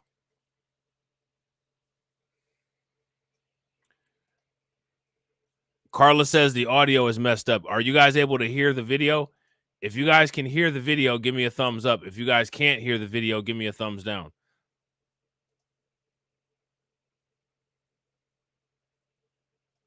Torian said this is new to him. Yeah, the Don't Say Period law. What's the problem with learning about a period?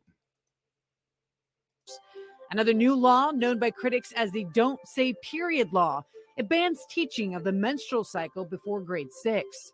It also defines sex as either male or female based on the sex characteristics a person is born with, and prevents the use of preferred pronouns that do not correspond with a student's biological sex. Higher education will also be affected by Florida's new laws. For instance, Florida colleges and universities will no longer be able to use state and federal funding towards diversity, equity, and inclusion initiatives. Now, what do you guys think about that? This kind of goes hand in hand with the whole affirmative action thing. And federal funding towards diversity, equity, and inclusion initiatives. Additionally, certain topics such as identity politics will be banned from college curriculums. Public safety, that's another topic at the center of Florida's new laws. Under new permitless carry law, Floridians will no longer be required to have a government-issued permit to carry a concealed weapon. Another law will authorize school districts to place and control cameras on the exteriors of buses. The law aims to catch drivers who illegally drive past school buses that are displaying a stop sign. Public safety also extends to online safety. There's a new law that will prohibit students' personal data gathered through educational technology from being used for targeted advertising. And these are just a few of the more than 200 new measures that will soon become the law of the land in Florida. What do you guys think about that?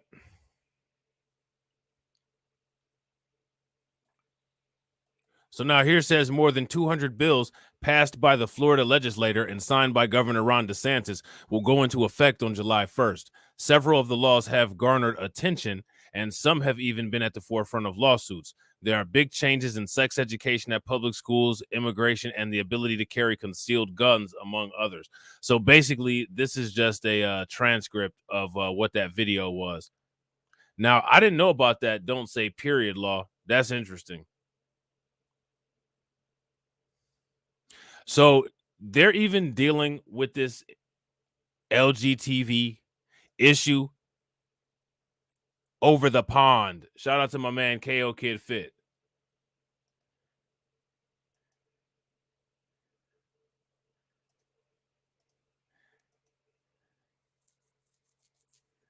Schools are forced to tell parents if children question gender under new rules. Now, let me ask you guys a question. Do you all think that this is how it should be all the time? Anytime children have these kind of gender uncertainties, that the parents should be made aware of it? If you guys think that that's just normal and that's just something that should happen, give me a thumbs up. If you guys don't feel that that's normal and that's not something that should happen, then give me a thumbs down. Okay. And real quick, ladies and gentlemen, shout out to everybody that's watching. We got 17 live viewers and we got 18 likes. Let's try to get the likes over 20. Make sure you guys smash that like button and hit that bell icon twice. And shout out to the 4 people who are watching on Rumble. If you guys haven't hit the like button and subscribe to the channel, make sure that you guys do. And also, please share the stream. All right. Teachers will be required to disclose the information even when pupils object. If a child is under 18 years old and they disclose this information to the schools, I think that the school has an obligation to notify the parents. I think that you would think that should just be common sense. I don't even know why that would be up for debate. Schools will be forced to tell parents if students are questioning their gender under new government guidance to be published this week, according to a report. Teachers will be required to disclose the information even when pupils object, the Sun reported. Now, let me ask you all a question. Do you agree with that? Do you feel that that's okay? If you all agree with that and feel that that's okay, give me a thumbs up. If you guys have some kind of objection to that, then give me a thumbs down and let me know why you objected. Okay. At the moment, many schools are making their own decisions, such as whether to introduce gender neutral toilets or changing rooms. Now, what is a gender neutral toilet? Labor has criticized ministers for delaying issuing the guidance, insisting schools, parents, and pupils are sick and tired of reading conflicting rumors about it in the newspapers. Education Minister Nick Gibb promised earlier this month that it was being drafted and would be published soon. A government source told The Sun parents have got to be kept in the know about their child while they are at school and be consulted when sensitive matters arise. Again, common sense, right?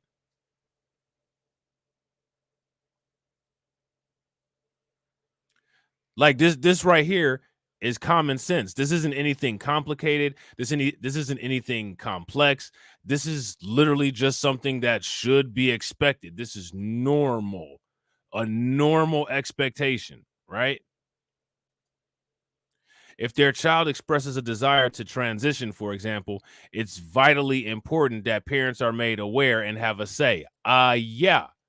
Again, like this isn't anything groundbreaking. This isn't anything that one of these people should just magically get 1 million subscribers on social media for because they said something that just makes normal common sense. That's all this is normal common sense. I don't understand why we're living in this era, in this day and age, where these kind of concepts are so difficult for people to grasp. It's in everyone's best interest to ensure that this happens so that the child is looked after. Teachers are clear in how they must handle the situation, and parents know so that they can handle it appropriately and sensitively. The guidance will be crystal clear on all fronts. The move will likely draw criticism from some opposition MPs and LGBT campaigners.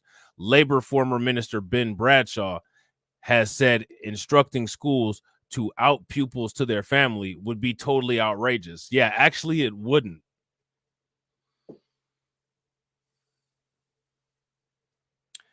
Yeah, I gotta agree. Torian says this is nothing more than PC patting themselves on the back to make it appear that they are more smarter than they are. Facts, which is going to take a lot because the fact that they have to have this conversation really exposes a lot. But I agree with that. If you guys agree with Torian, give me a thumbs up. If you guys disagree, then give me a thumbs down.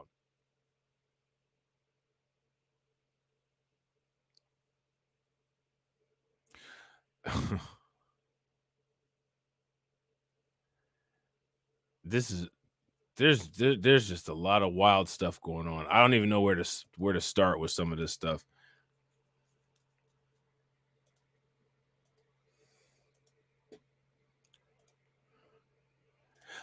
So aside from affirmative action, the Supreme Court was making other decisions. One of the decisions that it made was that it sided with a Christian designer who doesn't want to make websites, wedding websites for LGBTQ couples. Question for everybody watching. Is this discrimination?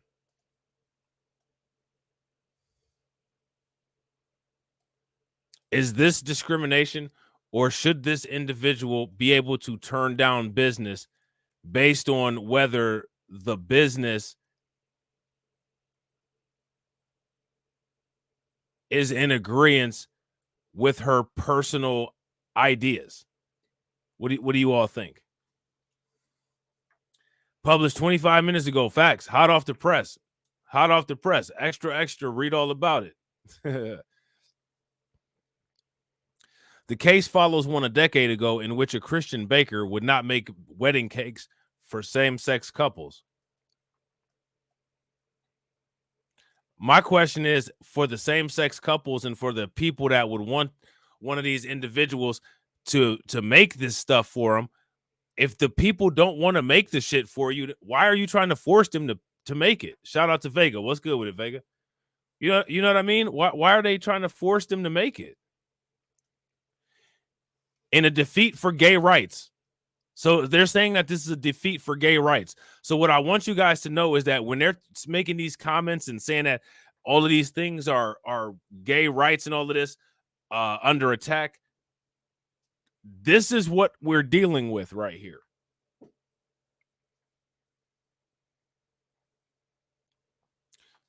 This is what we're dealing with. In a defeat for gay rights, the Supreme Court's conservative majority ruled Friday that a Christian graphic artist who wants to design wedding websites can refuse to work with same-sex couples. Now, right off the bat, do you all agree with the Supreme Court's decision? If you guys agree with the Supreme Court's decision, give me a thumbs up. If you guys disagree, then give me a thumbs down. Is the Supreme Court right about their decision? The decision was split among ideological lines, with the conservative majority ruling that the First Amendment bars Colorado from forcing an individual to speak in ways that align with its views, but defy her conscience about a matter of major significance. The First Amendment envisions the U.S. as a rich and complex place where all persons are free to think and speak as they wish, not as the government demands, Justice Neil Gorsuch wrote for the court's 6 conservative justices. The court's 3 liberal justices, Sonia Sotomayor, Elena Kagan, and your girl Ketanji Brown Jackson, dissented.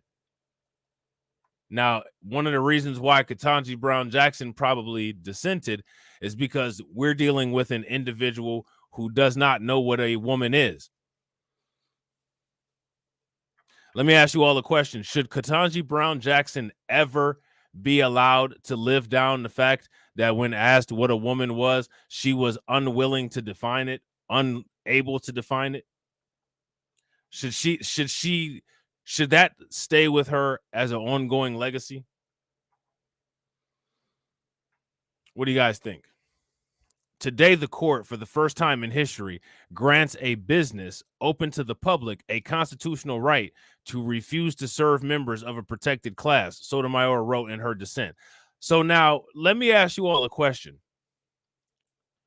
Is this court decision consistent with the sentiment behind the striking down of affirmative action?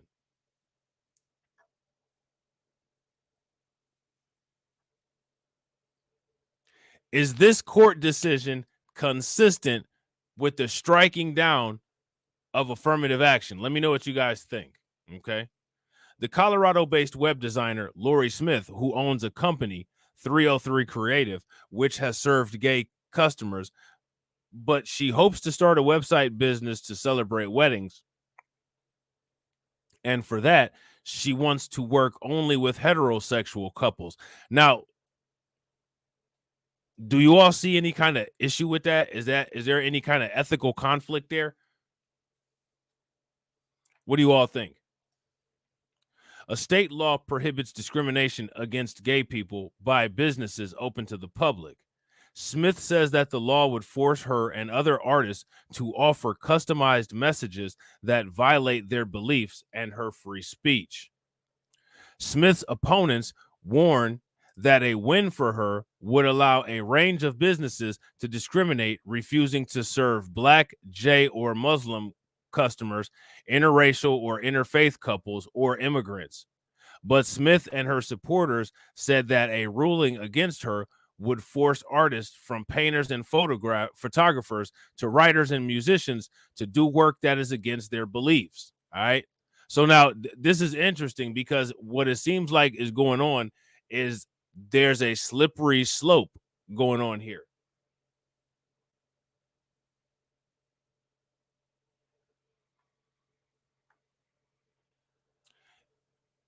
It seems like interestingly, in this complicated court system, in this complicated legal system that we have, it seems like there may be some lines that could possibly be getting blurred. What do you guys think?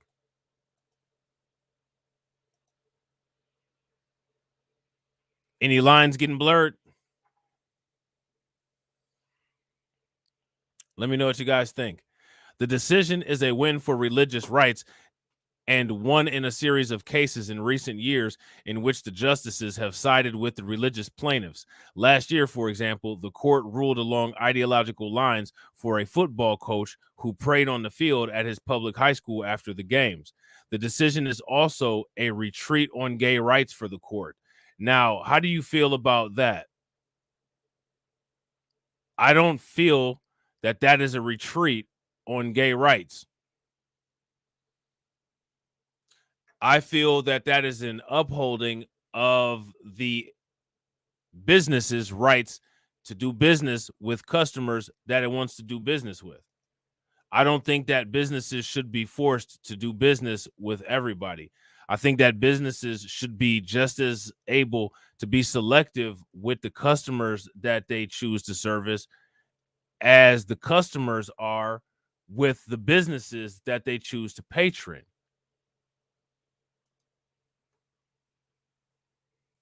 What do you guys think? The decision is also a retreat on gay rights for the court. For 2 decades, the court has expanded the rights of LGBTQ people, most notably giving same-sex couples the right to marry in 2015 and announcing 5 years later that a landmark civil rights law also protects gay, lesbian, and transgender people from employment discrimination. Now, what do you all think about that? Because these are those laws, the post-civil rights laws, where a lot of the laws are being given they're being given away to non-black groups of people who weren't affected by slavery, which is the reason why the 13th, 14th, and 15th amendments were placed into the Constitution. Well, a judge says a Central Valley bakery that refused to make a wedding cake for a same-sex couple had the right to. The case stems from 2017. The owner of Tastry's Bakery in Bakersfield refused to bake the cake. She argued it would go against her Christian beliefs. The State Department of Fair Employment and Housing sued the bakery owner, claiming she violated anti-discrimination laws. On Friday, a Kern County judge rules in favor of the bakery. The ruling said the bakery's owner's decision is protected under the First Amendment. A spokesperson for the Fair Employment and Housing Department says they have not determined what their next steps will be.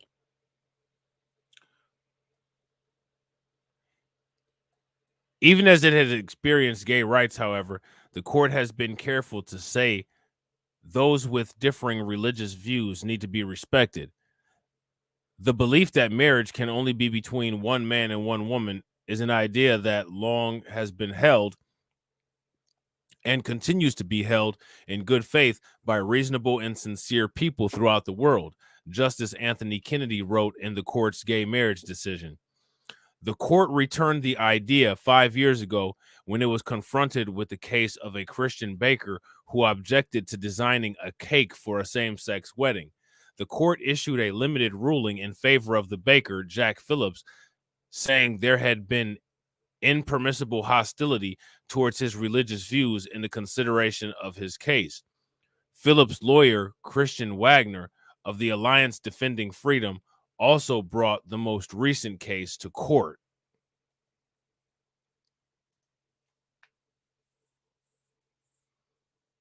Okay. Smith, who owns a Colorado design business called 303 Creative, does not currently create wedding websites.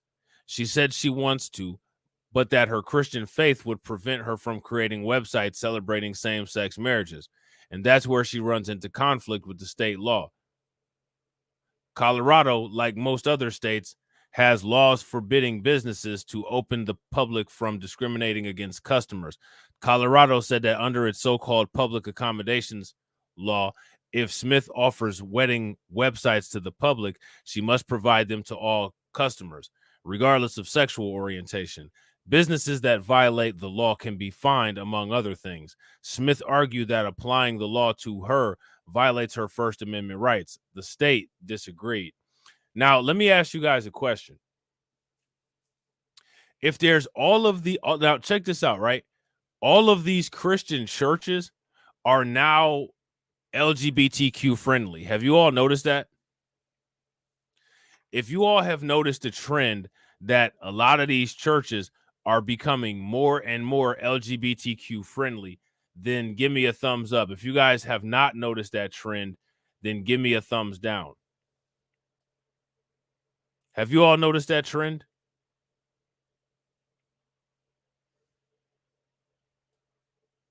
Now, my question is, if these churches are becoming more and more LGBTQ friendly, then how is it that somebody's going to be able to use a court?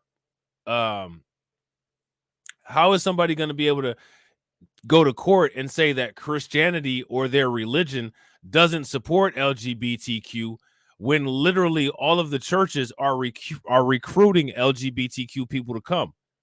How does that hold up in court? How does that work? Does that make any sense?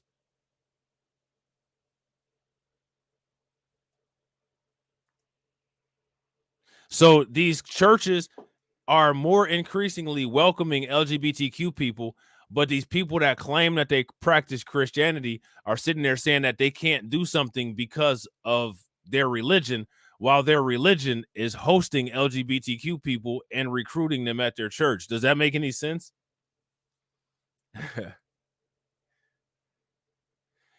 Like, it's literally the church leaders sticking signs in the front yard of the church saying, if you like bussy, you can come here and be saved.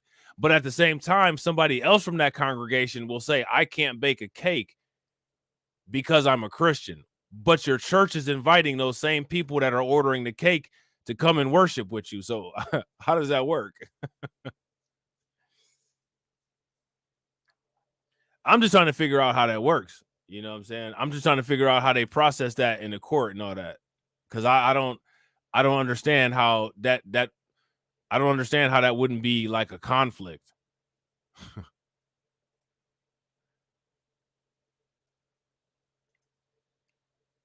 Doesn't that seem a little bit counterintuitive?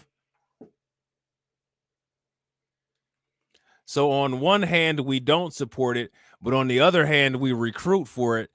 But on the other hand, we don't support it and we're not going to service you with our business, but we will allow you to come to our church. Like, okay.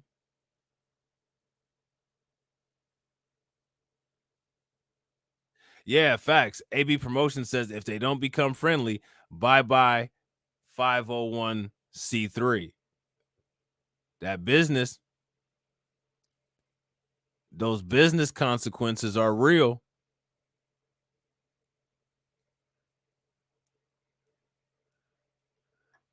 Them business consequences ain't no joke. So now you guys probably will recognize this. I had 3 other articles that I wanted to read, but I'll try to fit those in some other time. If I wake up early before I got to go to work, I might actually do another stream with the other articles that I have on here. But we're gonna end this live stream with this article right here, the feature presentation. How you guys like that face right there? That looks like artificial intelligence, doesn't it? That's probably, my guess would be that it's probably artificial something else. Drag literally saved my life after I was attacked by a group of strangers. How did drag save your life after you were attacked by a group of strangers? Can anybody explain what that scenario would look like for me? Can anybody picture that? Break it down for me how that would happen. Before the attack, I was outgoing and had no fear. After the attack, I became unapologetically queer, I guess. A trans woman says becoming a drag artist, saved her life after she was subjected to a horrendous transphobic attack at a tram shop. Mercedes, who was 21, was attacked at a tram shop in Manchester city centre 3 years ago by 3 strangers. Just standing and waiting for the tram, the 2 men and 1 woman came up to her, pulled her wig off, spat in her face, and hit her for no apparent reason. Aside from all the other stuff that they did, they called her a freak. What do you guys think about that? That's pretty brutal. It's not something I would encourage you guys to go out and do. She says the incident meant that she developed crippling anxiety and depression, and it led her to attempt to take her own life on 2 occasions. She says she now has new confidence and perspective on things after turning to the world of drag, but it's not been an easy journey. A week after the first attack in 2020, Mercedes said that she was attacked again by the same woman who was involved in the earlier incident. I was on the tram going into work and I saw the woman on her own, Mercedes, who is from Boston, told the MEN. She clocked me and came over and poured a drink on me. This was at 8 a.m. in the morning and no one did anything to help. Now, okay, let me ask you guys a question. We're moving into an era where people aren't even really going out of their way to help women all like that. What's the likelihood that you all think that somebody is going to help somebody that's not a biological woman in a moment of distress? Is that highly likely?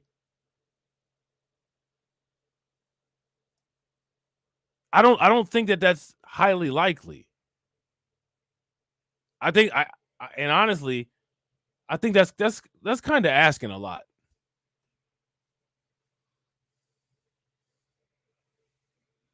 And shout out to Carla for answering Stream Labs and Stream Elements.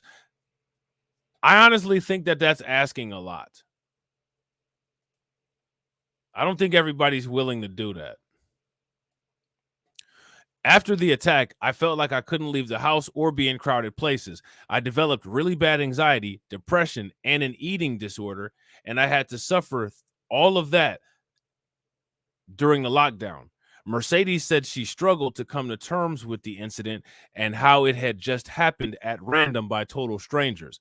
Undergoing her transition at the time, she said she was forced to put everything on hold because of how bad things got for her.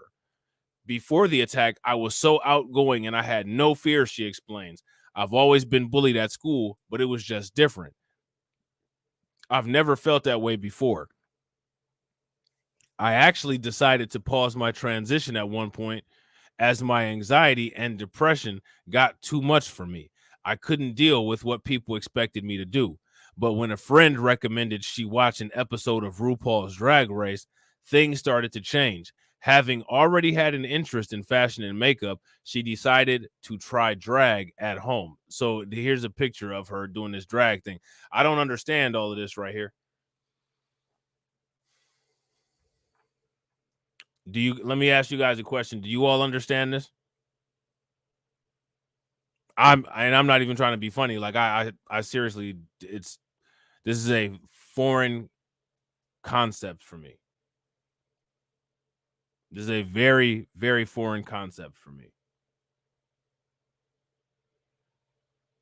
You know what I'm saying, when it comes to this, I truly have no idea what's going on.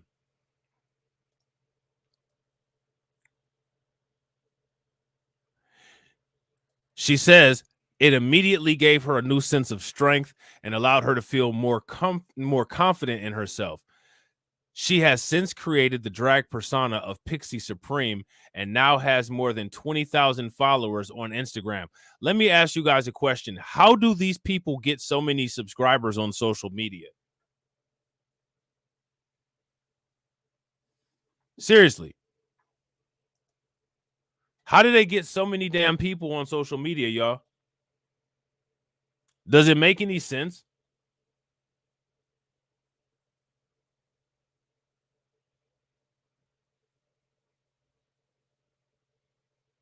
Like, that's wild. These people just randomly have a cool 1 million, 2 million, 3 million, 20,000 subscribers on social media. How did they get that? Where does that come from? I came up with the name because I wanted to reclaim some of the words that were thrown at me growing up, Mercedes explains. Now, okay, hijacking alert. Hijack alert. Does that sound familiar? I just wanted to reclaim some of the words that were thrown at me when I was young. Let me ask you guys a question. What does that sound like?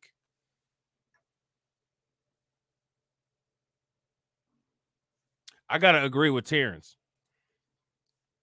People like victims when it's not based on skin color. Facts. If you guys agree with Terrence, give me a thumbs up. If you guys disagree, give me a thumbs down. I used to be called a fairy boy, so I thought that pixels were evil fairies. I came up with supreme because being trans is supreme to me. I wonder if that individual is not only not only supreme, but I wonder if that individual is a supremacist. You know what I'm saying? I'm curious about that also.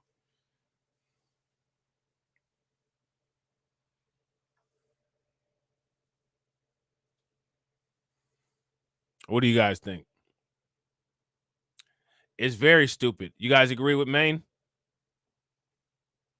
But now here's the question, right? It sounds stupid. It is stupid. But here's the question. How much energy is being put into these topics politically? That's the question.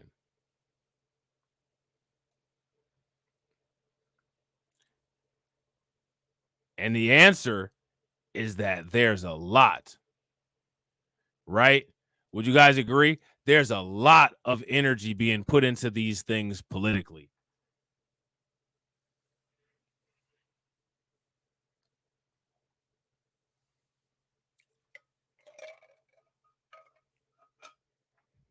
And that means something. Speaking about her childhood, Mercedes says she came out twice during school. Once in year 7 at the age of 13, and a second time coming out at trans in 2016 at the age of 15. It was hard to be out where I live, she explains. It just felt completely like a completely different ball game back then. I went to 6 different schools because I was being bullied. I would always try to fight back. I'm also of Irish and Gypsy heritage, and some of my family doesn't agree with being gay or doing drag. But recently, she's found a way of accepting that what people think of her isn't what matters. I've learned that people's opinions are water off a duck's back, she says. I have nothing to prove to anyone. No one will ever take my life away again like those people did during the lockdown. I've realized that the only person I want to please is my mom. She is honestly my biggest fan and my best friend. She has helped me so much. She even takes all my photos on social media for me. She says she still struggles with her anxiety, but when she has worked hard to get to a point where it is massively improved, she's now resumed her transition. So this woman here is transitioning.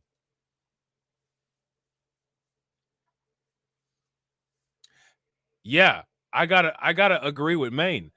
Maine says there's an immense amount of attention and money being put into this to the point where the government and the media are incompetent. I agree. Now, here's my question that I want to ask you guys. Why do you all think that people are so invested in this stuff? Because people are definitely invested, right? Like we cannot take away from the fact of how invested people are in this particular thing, right?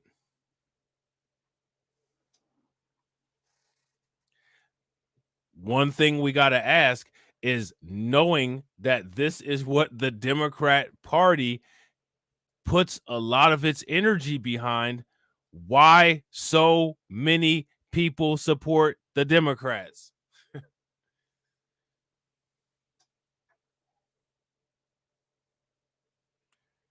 We've got to get an answer to that question.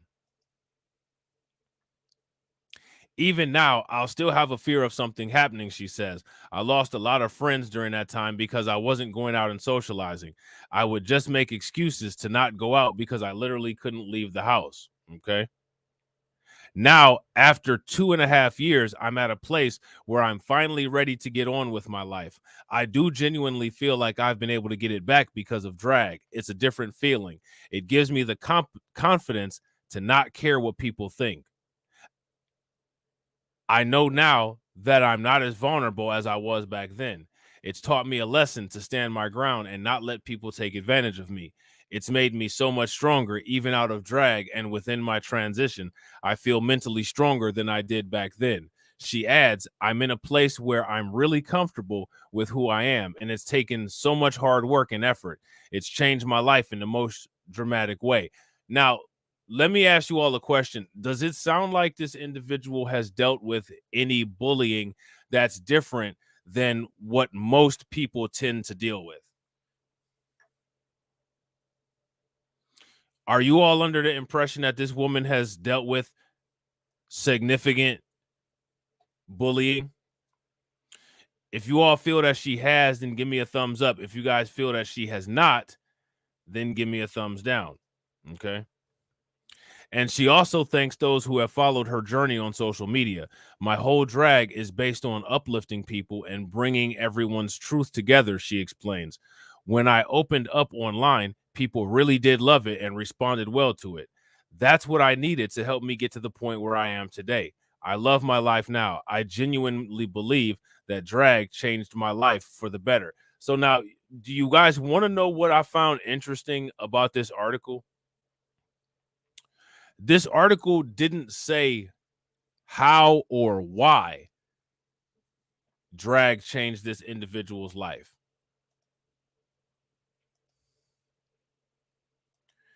It didn't say how or why.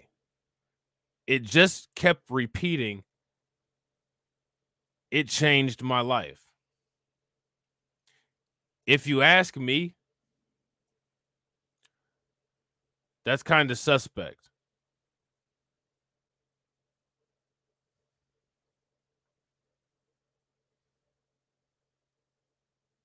If you ask me, that's kind of suspect.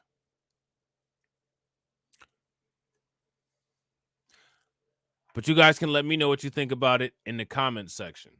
Okay? Because guess what? Those are the stories, more than 3, of many genders. So with that being said, ladies and gentlemen, I hope you guys enjoyed the stream. If you're not subscribed to the channel, make sure you hit the bell icon twice, smash the like button, share this video out to all of your followers. Make sure that you're subscribed to the backup channels. Please leave comments after the stream. I will possibly catch you all later with a follow-up on this. If not, I will for sure see you all tomorrow on Crimecast. All right? Peace.